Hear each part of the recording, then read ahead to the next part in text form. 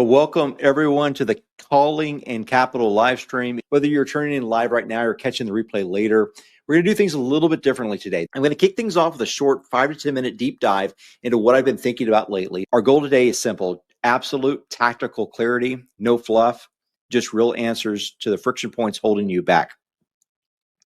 So something that's been on my mind lately is the difference between atoms and bits. Atoms and bits. The modern market believes that software is the final destination of wealth, and if convincing enough, that capital will flee the physical earth to hide in the digital cloud.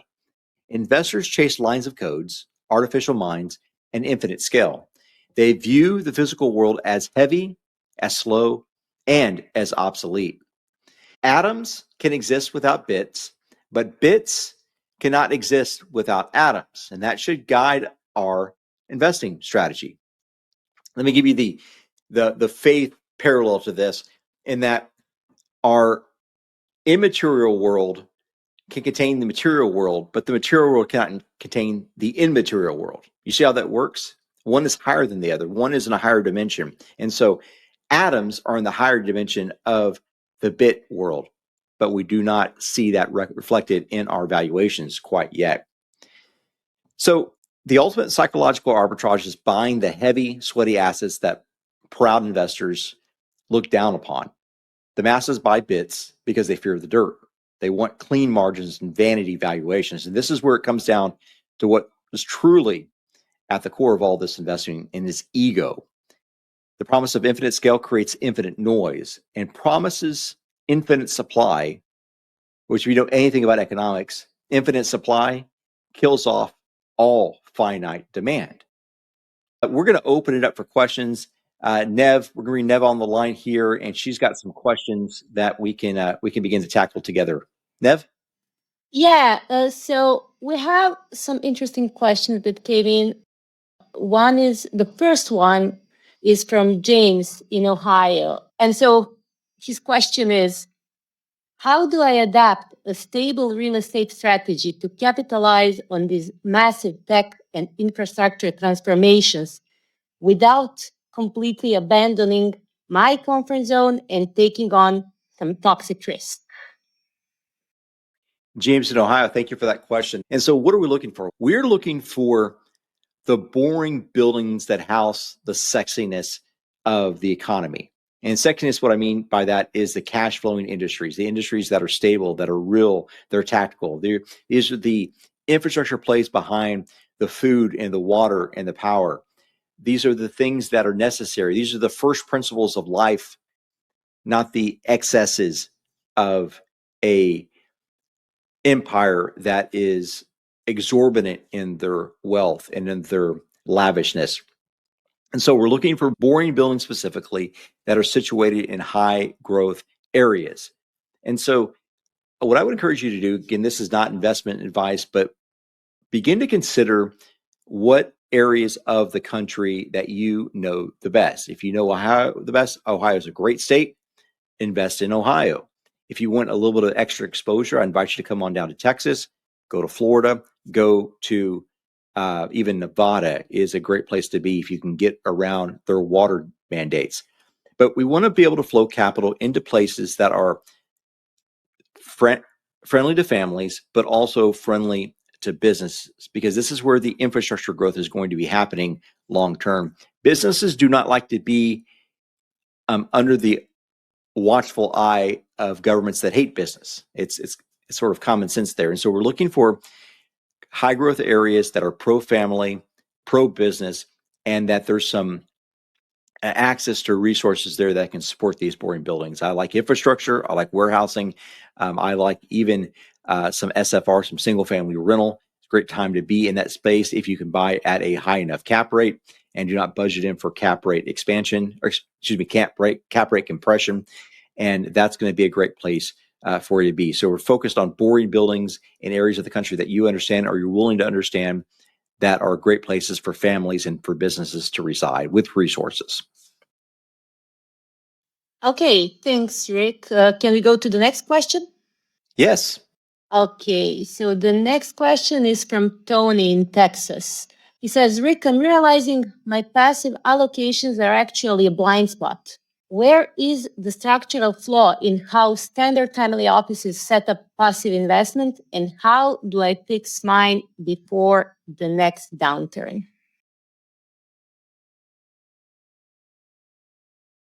Great question.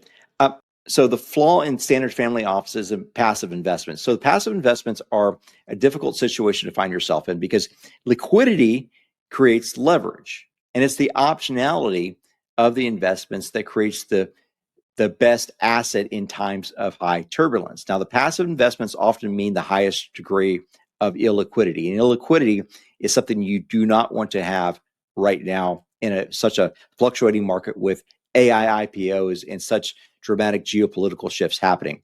And so what we want to do first off is create a little bit of margin. And I would encourage you to pick a percentage, an allocation percentage to cash or cash equivalents of maybe somewhere between 5% and 25%, depending on what your advisor and your tax advisor say, and begin to look at that as money that is focused on opportunities, right? You're looking for once in a decade, once in a generation opportunities with those, and they should be contrarian in nature. They should not be the thing that everyone else is looking for. If you see an IPO that is triple oversubscribed, maybe that's not the best option. Maybe that's not the best option. And so what we're doing is we're looking for opportunities for that. The second thing that these families officers are doing is they're writing check sizes that are larger but fewer. And with those, they're creating co-GP side letters or JV side letters more frequently. And these co-GP, co-JV side letters that are happening allow them to have exit rights a lot more friendly than traditional investors. And so your check sizes increasing give you a different take and a different optionality that smaller investors don't have with smaller check sizes. So increase your check size, number one, and number two, speak with your advisor about creating additional liquidity that is for decade level and beyond opportunities. All right, next question, Ev. So the next question comes from Frank in New Jersey. And he says, I want to pull my money out of Wall Street and move into direct commercial real estate, but I'm paralyzed by the options. How do I narrow my focus and choose just one subsector to specialize in without feeling like I'm missing out on everything else? Hey, Frank, that's a great question. One thing that strikes me is that when we go broad, we think that that is diversification. And in reality, it gives us a distracted attention span. Specialists will always beat generalists because generalists are just those specialists who have not done the work to specialize, right? Generalists are only a collection of specialties that are commingled together. And if you don't have the specialism about those individual subsects of you're just a generalist, and so you're out of water. And so that seems to be perhaps where you are. Again, speak with your investment advisor about this. But I would look at culling away and pruning away some of the investments so you can focus on 2 or 3 different asset types and 2 or 3 different markets that you enjoy. Obviously, New Jersey, we're seeing a flood of capital come in from the New Jersey and New York Northeast quadrant in here into Texas. It's every week I'm getting a call from a family office in New Jersey or New York about moving capital here into the Texas triangle. And so I would encourage you to pick 2 or 3 hot spots around the country that are stable, again, pro-family, pro-business, low regulation, heavy resources, allocation to water infrastructure, power infrastructure, data infrastructure, compute, and look at those areas and begin to streamline your investments there. Because whenever we diversify, what we're doing is we're planning on being wrong. Diversification is a bet on being wrong more than you're right in the long term. And so if you can specialize in things that you do know, it's going to save you a lot of the mental bandwidth from trying to track everything. And it's going to allow you to pivot and create faster decision points so that you're not paralyzed by the options as you increase. So narrow your focus, find 2 or 3 areas of the country, find 2 or 3 asset types that you like, and focus on those. Attend some trade shows, and look at the BLS reports as they come out on a regular basis. Bureau of Labor and Statistics, I think it's bls.gov, is a great resource for you there. All right, Nev, next question. Now we have a question from Tom in California, and he asks, in an industry that feels so predatory, how can I practically use a kinder framework to protect my peace of mind while still securing asymmetric investment returns? Well, Tom, I'm deeply sorry that you've experienced that in your syndication investing commercial real estate space. It is a difficult industry depending on where you play and who you play with. And the difficulty is knowing how those people operate behind the scenes in the long run. And so I think having people that have content like this that are out for public viewing year after year after year, I think that's probably helpful for you to gain a familiarity into how they operate and how they think. But it's also a strategy where we see every day people have these points where they are selfish in nature and they're thinking in terms of single trades, that these are single transactions. They're not looking at the holistic purview of being an investor and being a counterparty that you want to do business with. And so these counterparties that you want to do business with do not realize that the best deals actually go to the best givers. The people that give up the best terms willingly when they don't have to, they are the ones that people continually come to. They're the first call when an asset is about to hit the market. They're the first call when someone needs to purchase something. They're the first call when someone has a question. And so that's how you build relationships in this business, is you're a giver first. And even if you know that you're getting taken for a ride, you want to give, because the law of reciprocity is something that's very, very powerful. And the type of companies we like to deal with are the ones that prefer to give over receiving. And so it's not a selfish type of industry when you get down to figure out who is actually doing the deals that want to get done. So people transact with the best givers. And so because the best deals always go to the best givers, and this is how we operate. And so this is what we want to look for. We want to look for people that have a cultural alignment. For instance, if you're conservatively bent, why are you dealing with operators that have heavy ESG mandates and have heavy DEI mandates and have heavy anti-family purviews? Like you don't want to do that. You want to align your investing with your family beliefs. This is how we live as men and women of integrity. We align more than we transact. In fact, we want to align as we transact, if possible. That's the ideal case. And so, Tom, the best deals always go to the best givers. Next. Now we have a question from Anthony in Manhattan. He says, Rick, you talk about how comfort limits human potential. How can we restructure our family wealth or our family office to introduce the necessary friction our kids need to build resilience, but not to completely cut them off or make them resentful? Well, Anthony, good question. So the primary thing that we have to deal with is, you say that you have a condition that you don't want to completely cut them off, but perhaps completely cutting off someone is the best thing.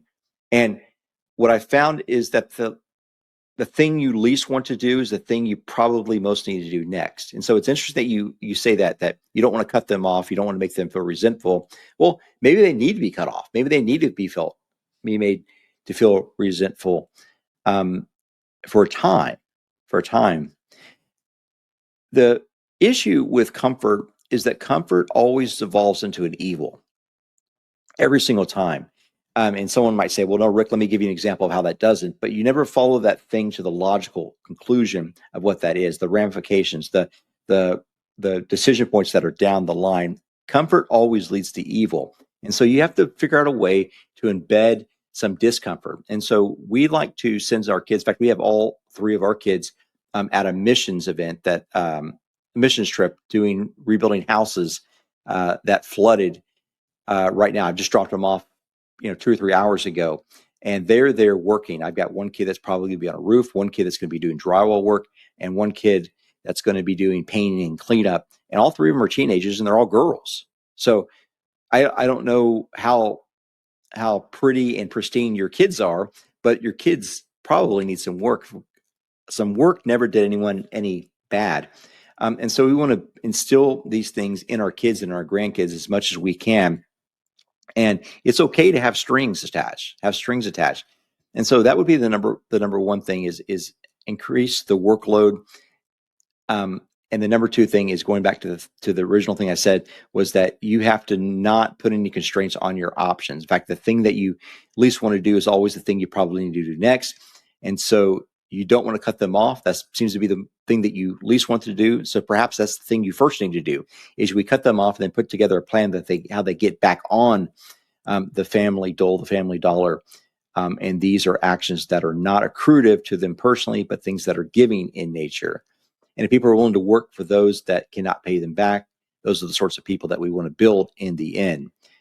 And these are people that can build relationships, can build strategies, that can build investing, because investing is the thing that makes you look the furthest out, and selfishness is the thing that makes you look closest in. Selfishness actually covers us in on ourselves, and it makes us not able to think clearly. And so we have to rip away the comfort enslaving that potential that they were promised years ago.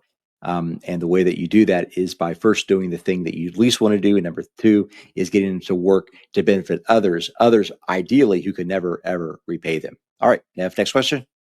The next question comes from Michael in Austin. And he says, for a guy who has spent years running at 100 miles an hour, what is the practical day one step to realign my life so my family and faith stop getting the leftovers? Michael, that's a great question. And I spoke about this a little bit in my book, 9 Steps to Build a Life of Meaning. You can find it on Amazon, or if you want to DM me over on LinkedIn, I'd be happy to send you a complimentary copy, 9 Steps to Build a Life of Meaning.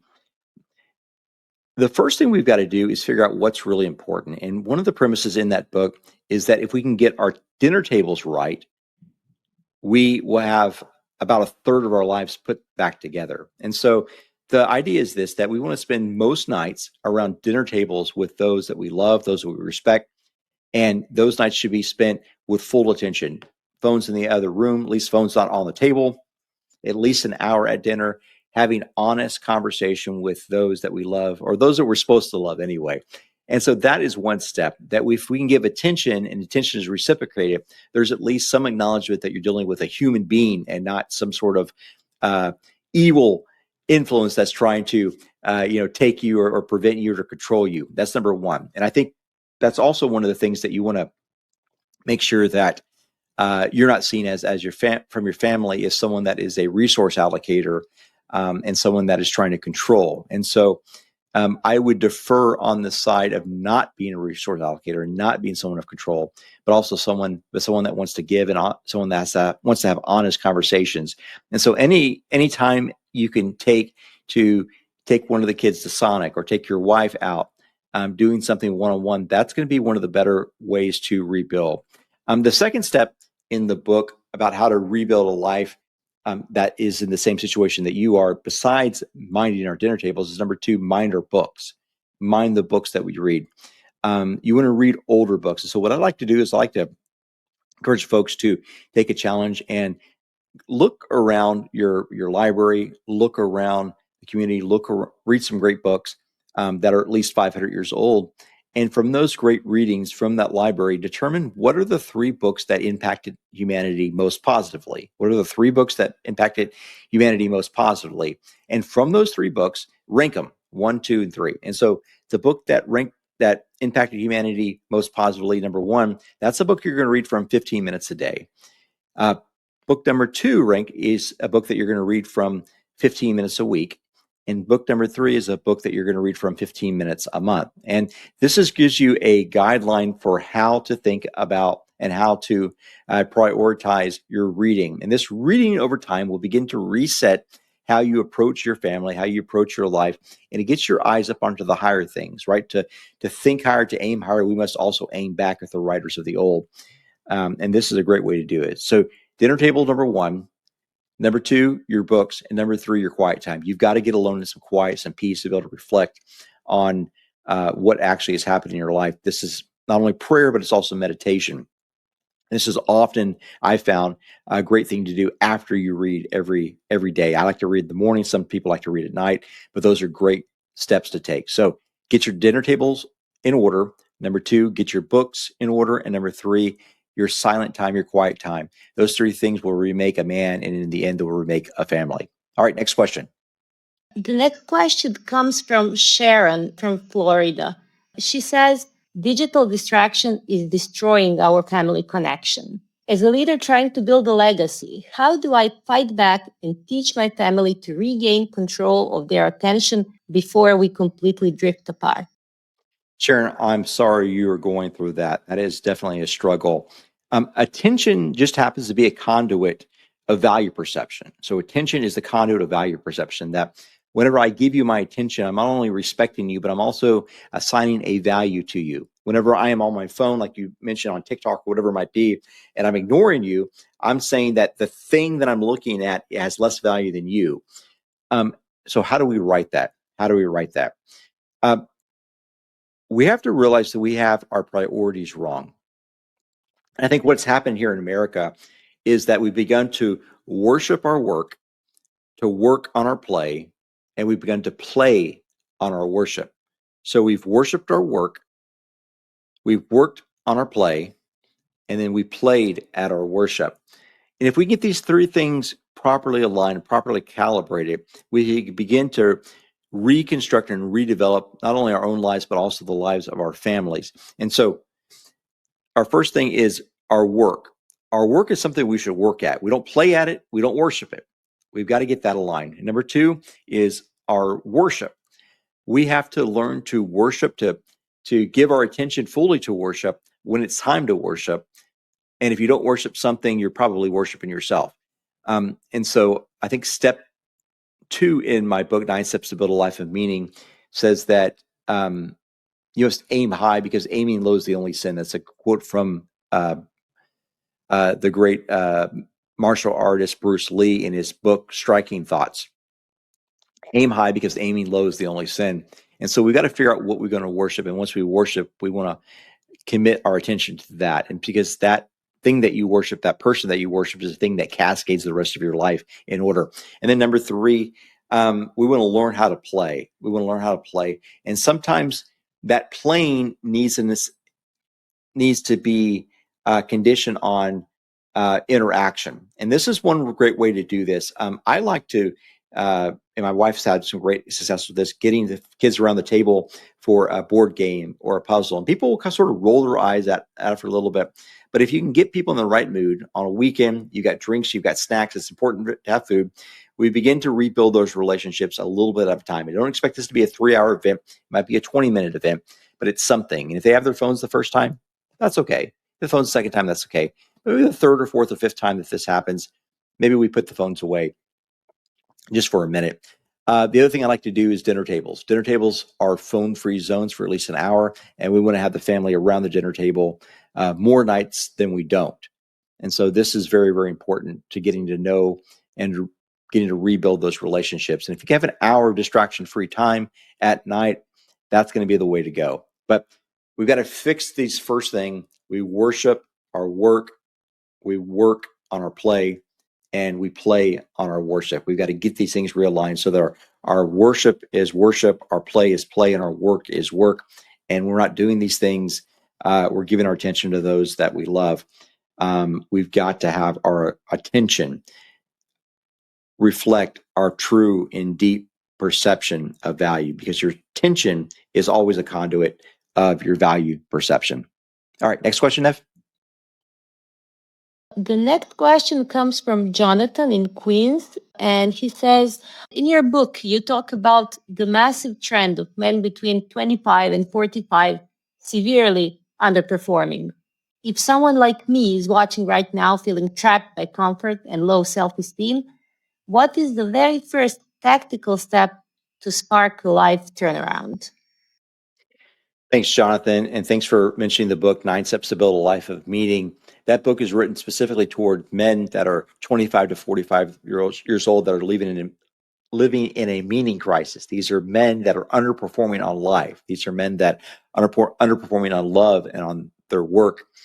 And so how do we rouse these men out of the slumber in which they find themselves? This is essentially what Jonathan is asking about.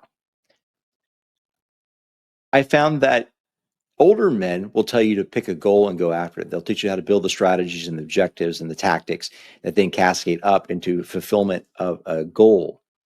But many men do not have goals. And so if you don't have a vision of what's possible in your life, you don't have a goal, how should we tell you to go find a goal and to build your life around that? That's a non sequitur. It's something that doesn't make any sense to those of us that are wondering around about what our meaning might be. And Jonathan, this may be where you're at. So you say that you're watching right now, you're feeling trapped by comfort and low self-esteem. And what is the very first tactical step to spark a life turnaround? Well, chapter 1 of my book, and you've read this, but sometimes you need to hear it again, that when you don't know what your goal is, your first role should not be to pick a goal. Your first role should be to find an enemy, find something that breaks your heart, some great manifest evil in the world, whether it's a porn site that doesn't respect children, whether it's an indecency in the public school systems, maybe it is the abuse of alcohol or drugs by someone you love. Find a great evil in the world that has manifested itself and cobble together the competency and the courage to go and attack it with all that you have. That is a sure pathway to finding some meaning along the way. Because if we can focus our competency and our courage into a single direction, defeating an enemy, through that end, we begin to come up with the reasons for, not just the reasons against. The reasons not only for fighting, but the reasons against that evil existing in the world. Let me give you an idea about how Chesterton put it. He says that the men that storm the beaches to go into war do not do it because they hate the men in front of them, but because they love those who are behind them. That the evil that we see in life taking place, the reason why it breaks our hearts is because it hurts someone that we love or should love. And so that is always the first step. If we don't have a goal, we're looking for an enemy. And so those are the first tactical steps to spark a life turnaround. And then from there, you want to follow step 2 and 3. Aim high, because aiming low is the only sin, step 2. And then as we move on, pick a master or one will be thrust upon you. There are things that we do that we don't know why we do them. Those are the little mini masters, those little mini gods in our lives that do not help us, but they hurt us. And so we've got to get our lives in order. And so those are the first 2 or 3 steps, but you've got the right resource. And feel free to DM me over on LinkedIn if you have any more questions about that. Jonathan, I appreciate your question. All right, Nev, who's next? The next one is from Frank in New York City. So Frank's question is, I've heard you talk about using metacognition to handle crisis. How do I practically use my mind right now to separate this painful external market failure from my actual internal identity as a leader? Great question. Metacognition, for those who aren't aware, has to do with the idea of thinking about thinking. So how can you think in your situation, but also be an outlier, an observant of that thinking, and be able to analyze what's happening incorrectly and what's happening correctly within that thinking? That's in some sense what metacognition entails. Now, you ended with a question of internal identity. You believe that this external market failure has something to do with your actual internal identity as a leader. And that may be true, that may be false. But we have to look also from the idea of what identity is. You may believe deep down that your identity is that thing which you are called, whether it be by yourself or by others. That identity is something that is changeable, that is malleable, that is determined based off of circumstances. In fact, that's what I read into your questions and your concerns. And I hear you there. I definitely hear you there. But one way that we practice our mind is realizing what identity is and what it should be. I believe that your competency plus your integrity becomes your identity. So your competency plus your integrity become your identity. And so the initial thing we're going to do is when we step back to look to see what we are and who we are, we want to look at those 2 elements. I like to talk about integrity first. Integrity. This is the verticality. This is your attachment to some standard of morality, some morality system, and it needs to be something without excuse. And so many of us have this one little secret sin, this one little thing that we do that we make up excuses for doing that. Now, no one ever makes up an excuse for the thing that they know they shouldn't do. Excuses are the thing that we do that we want to do, but we know we shouldn't do. And they're also an admission of that doing. So no one makes an excuse for the things. Let me correct what I said a second ago. No one makes an excuse for the things that they did that were right. You only make excuses for the things that you do that you know were wrong. And so excuses are nothing but admissions of error. Secondly, you have this idea of competency.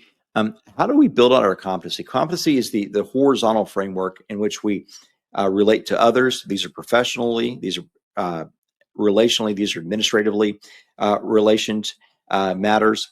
And how do we build that competency up so that we can stand on our own two legs? And so once we get the competency and once we get the integrity together, we begin to rebuild and reform our identity. And so if you think there's a question of your identity as a leader, you want to look at those two things and focus on those two things and figure out what pieces are missing. And you'll always have a blind spot in probably each of those areas. And those blind spots are the things that need to be rooted out. And so this is where a great mentor, a great friend will have something to do. And just ask them, where's my blind spot with my competency? What do I think that I know, but I really don't know?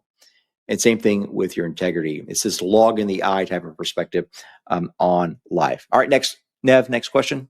This one comes from Jeff in Houston. And his question is, I still have a scarcity mindset. How does someone like me break free from the trap of accumulation and transition into a legacy mindset of radical stewardship? Yeah, Jeff, you're in my hometown of Houston. Wonderful question. I struggle with the same things, my friend. And then I read this in Lewis. He says that nothing that you've not given away will ever really be yours. Nothing that you have not given away will ever really be yours. And I began to think about that, about how is that true? Well, it's true in so many ways. You see, you can never have a tree to shade you or to give you fruit unless you first plant a seed in the ground and bury it. You literally have to bury the seed like you would bury a person and give it up. And only in the end will you have a tree to shade you and give you fruit. It's the true law of a farmer. It's also the true law of every investor, because an investor that hoards his wealth and never reinvests it is an investor whose investments get eaten away by inflation. In fact, the only way in the end to overcome the risk of inflation to someone that hoards their cash is to invest it into the hands of an entrepreneur who can invest it and use it and build businesses at a cycle greater than that of inflation. Investing is in itself an act of giving. Nothing that you're not given away will ever really be yours. And so this is the framework that I like to use. The only safe thing, as Lewis said, is that you must give away more than you find comfortable, or more than you find wise. You've got to give away more than what you want to keep. And so I think Christ also said this. He says that you must do unto others as you would have them do unto you. Well, there's a percentage embedded in that. It's 50%. In fact, you got to do better to others than you would have to do yourself. So you should keep less than 50%. It seems to me what Christ is saying in the end. And so that tends to be the goal. Now, you say that you have a scarcity mindset. The beauty about generosity is that it is a solve to cure both parties, not only the greedy man, but also the man who has nothing. Because what it does is it alleviates the greed. It teaches the greed in yourself whenever you give, whenever you're generous, that you don't need the money, And it teaches the person that is in need that there is hope out there for other things in their lives that they do need. And so the act of generosity is a salve to bound the wounds of not only the giver, but also the poor man. It is a mediator of both. It's the same solution for both the giving and the receiving. And so we find ourselves in a position where the only safe thing to do is to give more than we think we ought. All right, Nev, next question.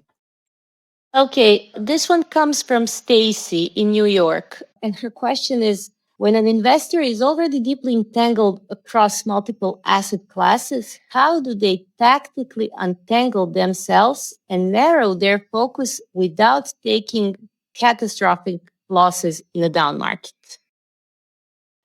Yeah, that's a great question from Stacy. The one principle we've got to keep in mind is that catastrophic losses are sometimes necessary for cataclysmic gains. And we've got to refocus our attention. In the end, specialists always beat generalists. Specialists always beat generalists. So that when we have a portfolio of assets, what you're doing is when you're telling me you've got a portfolio, you don't have a portfolio, you have a diversification. And diversification and a portfolio are two very different classifications of things. A portfolio is a selection of strategies. A diversification is a collection of assets that you take on because you expect that you are wrong about your primary thesis. Your primary thesis is the thing in which you know best, that you're willing to go hardest on. And the other things that are not in that basket of diversification resources are the things that you expect you want to get lucky about in the end. Now, it may not be true for a lot of you. A lot of you are professional investors, but I suspect that there's a limited amount of attention that we give to be right about 10 or 15 or 20 different business lines in different geographies and different strategies. I suspect we have a contained thesis of 2 or 3 potential asset types and geographies that we can have some knowledge about.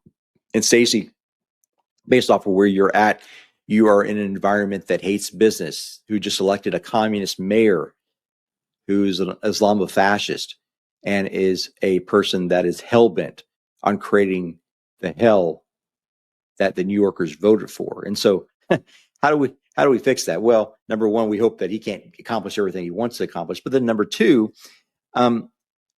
you want to de-lever some of your assets. So your risk right now is going to be that you want to re-lever the assets and refinance some of them, take some cash out, and be able to elongate some of your risk exposure. But you want to talk to your risk advisors about this, your investment advisors, your real estate advisors about this, and your debt advisors especially. Whenever we do that, we perpetuate the inevitable. We perpetuate the inevitable, and it causes your attention to be refocused on the wrong areas. When your attention is focused on loss avoidance, your attention, therefore, is not attention on the right things, which is growth, which is maturity, which is the acceleration in the forward. It's focused on loss. And when we're focused on loss, we begin to make really, really bad decisions in the other areas that we're focused on. So I would encourage you to pick the things that would hurt you the least, the things you least know about, and cut your losses on those and be able to re-up into the other strategies that you know something about. If I had to guess, your tech company probably produced the wealth for the rest of those things. And so I would encourage you to focus on the thing that you know best, perhaps the tech company, and be able to move and reallocate from there. And so that is just one way to get through that. But specialists always beat generalists. Specialize on 2 or 3 different things, 2 or 3 different areas, and give up the generalities of the rest. And if necessary, sell with some massive losses. Massive losses are good because they teach you not to make the same mistakes again. Nev, next question. Okay, the next question comes from Dan in Los Angeles, and he says, how do I transition from a mindset of fearfully hoarding cash to strategically weaponizing that liquidity to capture distressed assets before the market shifts away from me? Yeah, Dan, great question. You're there in LA. I hope you're not invested totally in LA. Not a kind place for businesses or families or American values, for the most part. Optionality is the lone resource. If you're creating liquidity and hoarding cash out of fear, you're focused on threats, which are the opposite of options. And so if I say optionality is the lone resource and threat is the opposite of optionality, what you're saying to me is that your fear, these threats, are the lone liability.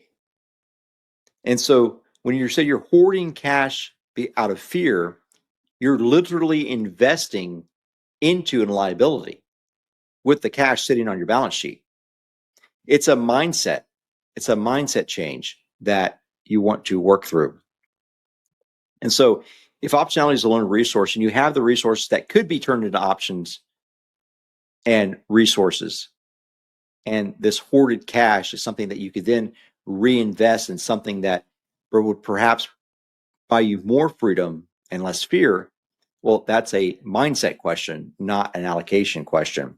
And so let's talk about that for 1 minute. You pointed out that I say that liquidity creates leverage. Yes, liquidity creates leverage, but it's the reason for the liquidity that creates the leverage. Liquidity also creates liabilities. That's what the mindset of a threat or a fear mindset builds. So liquidity can create one of two things. Liquidity is an accelerant on the directionality of your focus. If you're focused on opportunities, your liquidity creates leverage. If you're focused on threats, your liquidity creates liabilities. So we got to fix our focus before we can fix and guide and direct the liquidity. The definition of a wise man in some circles is that person who's able to flip threats into opportunities. Able to flip threats into opportunities. He's a person that sees the threats that others see and considers it an opportunity. An opportunity maybe for him, an opportunity for others, an opportunity to become better, to become stronger, to be more resilient, to create an ounce of fortitude in his lives and those who are watching him. And so you must become that wise man and flip your own thoughts of fear into thoughts of opportunity. I suspect it's the inputs that have made you fearful. The inputs, the social media, the scrolling, the reports, the dwelling on the poor decisions of the past. Perhaps those are the things. I can't answer what those things might be for you, but I can tell you your problem is not one of strategy. Your problem is one of mindset. And you're worried about market volatility. All of us are. You should be right now. You should be very worried about market volatility. And you should be very worried about inflation. You should be very worried about it. And you have this fear of making a bad mood. And you said it's keeping you completely frozen. That's what you told me. So if it's keeping you frozen, I suspect the fear is controlling you because that's what you just said. You just said the fear is keeping you frozen, that you're trying to find this liquidity and hoard this liquidity, hoard this cash, and it's keeping you frozen. You're enslaved by your own mindset, you're by your own fear. And so we've got to break free from that. How do we do that? You got to change your inputs. The summation of your inputs will be the summation of your outputs. And so that's how we've got to break free. So DM me on LinkedIn, Dan from LA. DM me on LinkedIn if you have any more questions or more follow-up questions on that. But you ask a question, a portfolio, a question of technique, when it is rather a question of mental fortitude. So, all right, Nev, next question. Yeah, we have a few more. So this one is from Billy in Fort Worth. He says, how do I stop applying ruthless corporate optimization to my family and instead introduce the right kind of relational friction to rebuild trust before it's too late? Billy from Fort Worth, great question. The good news is that you've picked up a number of great habits from your corporate tenure. The bad news is you've picked up a number of bad habits from your corporate tenure. And to be able to tease out those things is going to be step number one. I suspect you've got some level of organization, some level of strategy, some level of ability to think, some ability to control your emotions. Those are good, viable, and noble uses of your attention on your family. But then also you mentioned your wife. The way that you treat her and your family tells them something about what you truly believe. You see, beliefs lurk just behind long-standing actions. In fact, the perception of those actions by them tell them something about the beliefs that you truly hold but do not communicate. your faith makes your actions, and your actions reveal your faith. So the things that you believe about them become manifest, and you don't see them, or worse, you accuse them of drawing implications from things that do not exist. Just because you did not tell them that you do not respect them does not mean that you do not respect them. Your actions reveal your motivations. Your beliefs always lurk. They never become fully manifest because you're not willing to articulate your true beliefs. You get offended. And so one of the things we need to do is we need to make sure that we're continually investing not only into the family itself, but also the individuals of the family. Families are only collectives of people, and people are only collectives of relationships with the world around them and the integration between their spirit, their soul, and their bodies. And so if you could connect with the members of your family individually and also corporately, this is to be the way to be able to begin to rebuild that. And so what I encourage you to do is take your skills from your business world, your organization skills, and maybe set reoccurring appointments or recurring reminders. Do not tell the other people about this. This will take the heart out of it, but this is a good way to build some structure. So one thing I like to do is make sure I have my family dinner nights. You want to have dinner with your family around the table with no devices more nights than not. So this, theoretically, there's 7 days in a week. That makes it 4 nights a week, minimum. No phones, no devices, full attention, full eye contact, 1 hour. That's what you want. Now, you don't need to tell them that expectation, but you can set that expectation. Dads can sit there and ask the family to join them. Let's have dinner together, or to work with the wife and work out a way that dinner's only served at the table. You don't take plates to the other room. No, we're not going to give you money for fast food. Dinner's at the table every night at 6 o'clock. There's set expectations there, and your wife can partner with you on that. In fact, if you can bring her alongside you, that's going to make for a healthier family relationship. Number 2 is studying recurring appointments to ask one of your kids, one of your in-laws, one of your grandkids, your wife, for sporadic moments of opportunity. So this might be, hey, let's go over to Sonic and let's grab a cherry limeade. Let's go over to Freddy's and get some custard with some strawberries, which I like to do with my daughter. Let's go grab some sushi with your wife. Make it somewhat planned, but also somewhat sporadic, and don't make it on the same day of every week. Don't say Tuesdays are for Tanya and Wednesdays are for William. No, make it more sporadic. Make it every 12 days or every 17 days. Don't let them catch on, and keep it private to yourself, because once they realize you systematize the relationship, you'll lose a lot of it. But you need those repetition, you need those iterations to be able to work on who you are and also the relationship. And sometimes you've got to force that. And the best way to force that is to schedule it out through your pre-existing business skills that you have. Be patient, be kind, give attention. Those are the things worth giving. The people that are not giving you attention probably got that from you, right? The attention that you're not getting is the attention you have not given first. And so we've got some methods to work through this. Try those things. DM me on LinkedIn if you need anything else or have any more questions about that. Billy from Fort Worth. Great city. I mean, you've got the new Yellowstone show. Landman, I think, spend a lot of time in Fort Worth. It's a great place to be right now. Very exciting place to be. Very underrated city to come from. All right, Nev, next question. The next one comes from Stanley in Houston. He says, 8 months ago, I finally got my 8-figure exit and sold the company I spent 20 years building. How do I construct a new mission that anchors my identity without just chasing another transaction for the sake of it? That's a good question. So 2 things, directionality and challenge. You said that you want to know how you construct a new mission that anchors my identity without just chasing another transaction for the sake of it. Let me go back to my definition of identity. Identity is what your competency and your integrity become over time. So as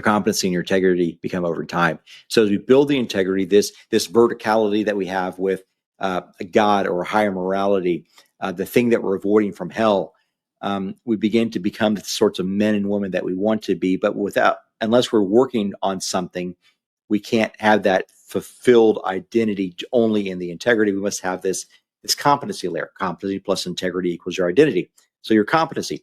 Your struggle now is not necessarily that you don't have a mission or something to work on, is you have no outlet for that competency to prove that the competency can impact your integrity. So therefore you've lost your identity. That's what's happened as I take a step back and just hear your initial response to your initial question. You've achieved ultimate financial comfort and you've lost your daily battlefield. That's what you said. And so you feel like you need to rebuild something. I would encourage you to pivot over to the world of nonprofit, to charitable work, and look for something that breaks your heart. Look for a challenge that is just wrong in the world, an evil manifestation, and go find some organizations that are trying to fight against that. Help them with fundraising, help them with strategy. Just offer to be a resource to them, offer to host events for them, offer to help in any way that they want you to. Don't tell them what you will and what you won't do. Just tell them your skill set, tell them your giftings, and tell them what's happening. And maybe they'll find a reason to need you. An advisory board is a great place to start. You don't need to be making decisions about the governance of an organization you don't understand. Not all skills overlap between business and nonprofit, but some do. And so this is one way to get plugged in, Stanley, and find a new mission, a new thing to work on. But it doesn't necessarily need to be business. It doesn't necessarily need to be setting up a family office and creating a new business out of your family office. It could be something in the nonprofit space. In fact, I suspect any time that you can do work for people that can't repay you, that's a more lucrative thing to do in the end when it comes to your identity. So your identity is more additive. It's more additive to your identity when it comes from things that can't repay you, because it helps reinforce the alignment of your integrity and your competency that your identity consists of. And so we're focused on two things: direction and challenge. The challenge can come in the nonprofit space. The directionality can be that thing that you realize that I'm fortifying my integrity by doing hard work.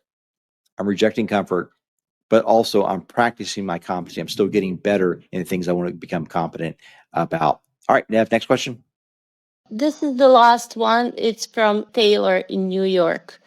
She says, I'm a senior partner at a top tier private equity firm making mid-seven figures, but the culture is toxic and it's completely destroying my peace of mind and my faith. I want to quit and build my own boutique fund, but the fear of losing this guaranteed prestige and security has me completely paralyzed. So his question is, Rick, your framework emphasizes that liquidity creates leverage, not just financially, but operationally. Since I have the capital runway saved up, how do I break free from these golden handcuffs and leverage my current financial stability to take a massive faith-driven risk on myself? So the prestige that you're focusing on will become the pride that brings you down. There's always pride that comes before a fall. And the prestige that you're talking about, these golden handcuffs that you're talking about, will be lost. Will be lost either through retirement, through death, or forced. You'll be forced out. One of the three things. And so the only options with a big job with that, like that, is to realize that you will either walk away or will be thrown out. There's only two ways that you're going to lose those golden handcuffs of that prestige. Walking away is the only way to maintain any semblance of that prestige. Being thrown out is a sure way to lose all of it plus some. And so when we walk away, it is an act of a sacrifice of turning our back on that thing that we most want to keep, because we know it's the thing that we most need to give up. It's the thing that is most accretive to us, pushing away ego, pushing away pride, pushing away ambition, and accepting something that is higher and better. I also think that, just given your place, Taylor, in the world in Manhattan, you're in a very competitive environment. And I suspect some of that competition is bleeding out into your personal life, into your family life, into your relationships. And so you walking away has to be directionally oriented. You have to be walking away for a reason. If you're walking away for the reason of building a new business or trying something new for curiosity's sake or for ambition's sake, that looks a lot different than you walking away so that your family can live freer and truer. Because I suspect there are different angles within that organization, ESG, DEI, wokeist types of theories that are in play in that organization not only from the organization itself, but also from people that it takes capital from that are anti-family in the end. So think about this. You're working to generate income for yourself, but also the profit motive is almost entirely on the organization that you work for. And then they use that profit that you generate with your own hard-earned sweat and equity. They use that profit to go invest in mandates that are anti-family. So you're actually working against your own family whenever you work for things that your family is opposed to or things that oppose your family. And so I suspect there's some sort of underlying cultural shift that would help you break free for a different reason in the end, and realize that sometimes your company is aligned against your family. And I suspect if you're given what industry you're in and where you're at, your company very well may be aligned against your family. And an anti-family company is nowhere that a pro-family man wants to be. And it's a place that if you leave for the right reasons, it gives you a story to tell. And a story to tell is more attractive than a man who leaves for pure profit motive. And so look around and find a reason to leave that is beyond profit motive. But yes, take a risk. Take a risk. If you're trusting enough on your own competency, your own resources, and your ability to be able to generate new markets and create markets for your family, and you think that'll create additional freedom in the end, go for it. Go for it. But if you think it'll create additional enslavement in the end and keep you from your family more than it'll draw you to your family after 1 or 2 or 3 years, then I suspect it might be a poor decision for your family and for you to make that leap. But a leap is always up to someone higher and also down to somewhere lower. And you've got to realize where that is before you take the leap. And that's a little bit what a wise man looks at. He has to realize whether he's leaping up, leaping toward, or leaping off a cliff.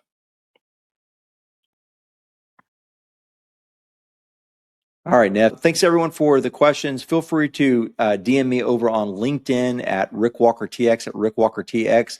If you need anything, hopefully the segment at the beginning on bits and atoms makes sense. I'll probably have some more strategic lessons on that as we move through these live streams, as we move along. I find these truly helpful for me to be able to think and gather my thoughts, and hopefully someone has picked up a few tokens that are useful. Whatever isn't useful, throw it out. So thanks, Nev. Thanks, everyone. Appreciate you guys joining us today. Have a blessed rest of the day. Hey, guys, if you could do me one favor, 92% of you guys are not subscribed. Please click here and subscribe to my channel. Thanks a lot.